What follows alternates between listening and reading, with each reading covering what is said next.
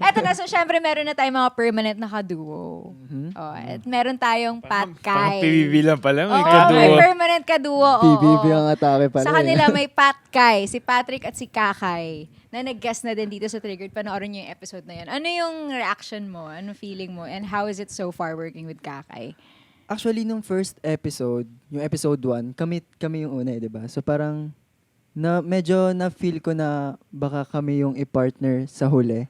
May ganun akong feelings nun kasi parang nung after performance kasi nun, parang inaano kami, siniship kami. So parang sabi ko, ay naku, baka kami nga nito Eto na yun. mag-final duo, ganto ganyan. So ayun, working with Kakay, sobrang sobrang dedication din niya eh. Parang yung eager niya, yung parang alam mo yung gustong-gusto niya talaga manalo. Oo. Lalo kapag Gigil. yung gigil niya, lalo kapag nagte-training kami, gawin natin to, mag-rehearse tayo lagi, kailangan natin kahit mapasama sa top 2. Pero kasi, nung una kasi, di ba, nung episode 1 to 5, parang wala siyang, parang, Walang win. oo, walang win. So yun, so parang this time parang mas lalo talaga siyang uhaw na uhaw ganun. So parang ako gusto ko siyang suportahan talaga. Gusto ko rin manalo din talaga kami. Ganun. Okay. Ay, wait lang, may kalaban pala. kalaban pala. May kalaban pala. Okay. eh. Isa pala to eh. Okay, mag-alala. Josh, umuwi ka na! Tsaka sobrang bait niya. Sobrang kung anong paggawa ng coach sa amin. Tarating natin. Kahit alam mo mahirap. Grabe, Hindi siya grabe magdadalawang yung mga ginagawa nitong dalawa to. Kasi si Kakay din naman kasi, ang liit-liit. Akala mo Sobrang dito, kayo pit- din naman. Grabe kayo. Mangungotang. Sobrang petit kasi. Tapos, kaya parang binabalibag-balibag na lang si Kakay dun eh. Parang, Oo. kaya nagulat din ako sa'yo na wow, buhat-buhat ka na din talaga Buhat-buhat, ngayon. oo. Pero eto na nga, meron tayong gagawin na TikTok trend. Ano Okay. yan? Bilang Eto, nga sa eto, TikTok ka na-discover, di ba? Lagi Oo. na lang talaga dumadaan sa feed ko tong si Patrick kung ano-ano ginagawa. Kaldag ng kaldag. Oo. Ay, legit talaga. Hoy, Sa kanya rin ano ako kumukuha doon? ni mga audio, mga ganun-ganun lang. Ay, totoo ba? Sa kanya ako pupunta eh. Ito, pwede may Oo, bago. ang galing Ano ba nito. yan? Ma-follow nga si Pat. Oo, marami Wala. kang, Grabe marami kang naman. makukuhang idea ng mga TikTok dyan. Pero tawan-tawa ako dun sa TikTok nyo ni Wait. Franz. Yung tinuturuan kanya mag-hot Maria Clara. Love trip Maria, talaga. Clara. Tingnan. Like, And watching boy. Clara. Boy. Boy, you should know. Pero ito. Yung content din ni Franz, sobrang laugh trip. Actually, Kaya yung one time nga nung eh. GMA anniversary, nakasalubong ko si Ate Sanya. Parang, nakikita ko yung TikTok nyo nung kagrupo mo Sabi niya gano'n. Like, sabi ko, Ano na-feel opo. mo naman doon? Wala, syempre natuwa, nakaabot sa kanya. Pero good sport naman si Ate Sans din kasi. Oo. Mabait siya, Oo, mabait oo. siya. Pero eto na nga, speaking of TikTok, meron tayong trend na gagawin ngayon na who is your color person? It's just a Okay. challenge where you describe the important people in your lives using colors. So Color. first color Okay. natin ay... Di ba colorblind ka, pare? Color. Totoo Oo, ba? pre. Hindi, huwag ka maniwala Diyos mga yan. So, who's your red? So, ang red is the person who you instantly clicked with. Talking, being with them, brings out the best in you. So, yun. Yun na yun. Yun na yun. Yun na yun. Yun yung ibig sabihin na red. Shot pa, pare. Sige, dagdagan ko na lang. Ito daw yung the most genuine soul na na-meet mo na always there for you when you need them and will never let you think badly about yourself. You can always talk to them about anything and they won't ever judge. Okay. So, hindi sila Okay, judgmental. may sagot agad ako eh. Ah, Pero mas dun sa person na instantly clicked with eh. Si Jeff.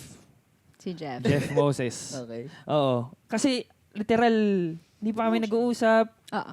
Di pa kami, first time namin magkita nung lunch ng Sparkada sa H&M. Tapos, parang matagal na kami magkaibigan kagad. Buddy! Ganun kagad siya. Oh, pero, nag-meet pa lang kami, nag-usap pa lang kami, 2 times pa lang. So yun, parang nag-click kagad kami. Ganun kabilis. Oh, ganun kabilis. Siya agad naiisip ko. Okay, sino yung sa inyo? Nag-iisip ako. Ako din eh. Jeff? Ikaw. Ako, I think yung kagrupo ko. Lahat sila? Lahat sila. Lahat sila? Oo. Ah. Oh. Kasi simula nung si Enzo, yung first na naging vision, siya yung unang-una. Pangalawa si C13, pangapat si Sam, pangla si Franz. Simula nung na-meet ko sila isa-isa, parang ako kasi masyado akong approachable eh. Sobrang friendly akong tao eh. Sobrang kapag nakita ko sila, ako yung lalapit, magkikreate ako ng conversation para lang makikonnect sa kanila, ganun. Kahit isipin nilang, pala ko, ang daldal neto, ang ingay neto. Wala, ganun ako eh. Gusto ko silang, parang gusto ko lang i-entertain din siguro sila. Gusto ko lang makausap sila, ganun. Hanggat sa, ayun, mabilis din nag-click eh. Lalo nung nag-in-house kami, nung nag-in-house kami, mas lalo kami naging solid. Ganon. Oh, buti super solid nyo Kasi usually pa, di ba, sa grupo, tapos yung mga in-house pa, parang sa bahay lang ni Kuya, pare. Sa isang bahay kayo, magkakaroon na magkakainitan talaga, di ba? May mga moments naman na gano'n. Meron, oo. Hindi naman mawawala yung ganun. Pero kami kasi sa yung vision, kapag ganyang may mga problem kami, pinag-uusapan din namin agad yan. Tsaka bago kami mag-perform, nag-huddle muna kami. Like parang, lisin muna natin yung mga negative thoughts, yung mga, kung ano man yung mga nasabi natin sa isa't isa, ganun. So, naayos din siya kagad. Mini-make sure namin. Oo, ayun nga sabi mo, parang kapatid nga talaga eh. Parang mga kuya mo sila eh. Ilang taon na kami? 4 years na kami. Oo, 4 years na magkakasama mga tagal-tagal na rin. yun. Alam na namin yung mga baho sa isa't isa yung mga kasi. Lahat, Mga ins and outs. Wala ka na maitatago eh. Kapag no? tahimik ka siya, alam mo na may problema. So, Oo. lapitan mo na mga ganun. Oh. Gets. Ako, siguro besides Jeff, si Dustin. Yun yung tipong pagpasok ko nung bahay ni Kuya. Yung tipong, kamusta pare? Alam mo yung pak, boom, tapos na yun na. Naramdaman Connect mo agad. na. Okay. Ramdam ko Kampi kagad. tayo dito. Oo. Parang ito na yung kaagapay ko. So, siya yung pinaka naiisip ko ngayon na sa loob hanggang sa labas, walang nagbago. Slay. Ako Ikaw? siguro parang feeling ko si JM. JM. Oo, yung instantly nung grabe pa yung kaba ko nung first rehearsal namin, pero it went by so smoothly. Tapos, kasi itong part yung always there for you when you need them, will never let you think badly about yourself. Talagang si JM, lagi siyang constant yung encouragement niya sa akin. And kapag, pag nakikita niya na parang down na ako or nahihirapan na ako or pag meron akong pinost na something, mag-message yan agad Mag-reset agad na, siya, no? ha? Pupunta talaga mag-message siya agad na like, girl, ang galing-galing mo or like, lagi todo siyang niya mag-comfort, ganon. no? Like, parang ibibigay niya talaga yung best para lang mapagaan yung loob mo. Oo, ganon talaga ata kapag alam mo sa sarili mo na sobrang galing mo. Parang, Social anxiety is scared of JM. parang Legit. free-flowing yung encouragement niya. Parang ganon. Hindi. Pero sobrang bait niya kasi talaga. Sobra. Talagang sobrang genuine. Sarap kausap. Oo, tapos ang cute niya, ang gentle. Sobrang fierce gumalaw, pero what a gentle soul.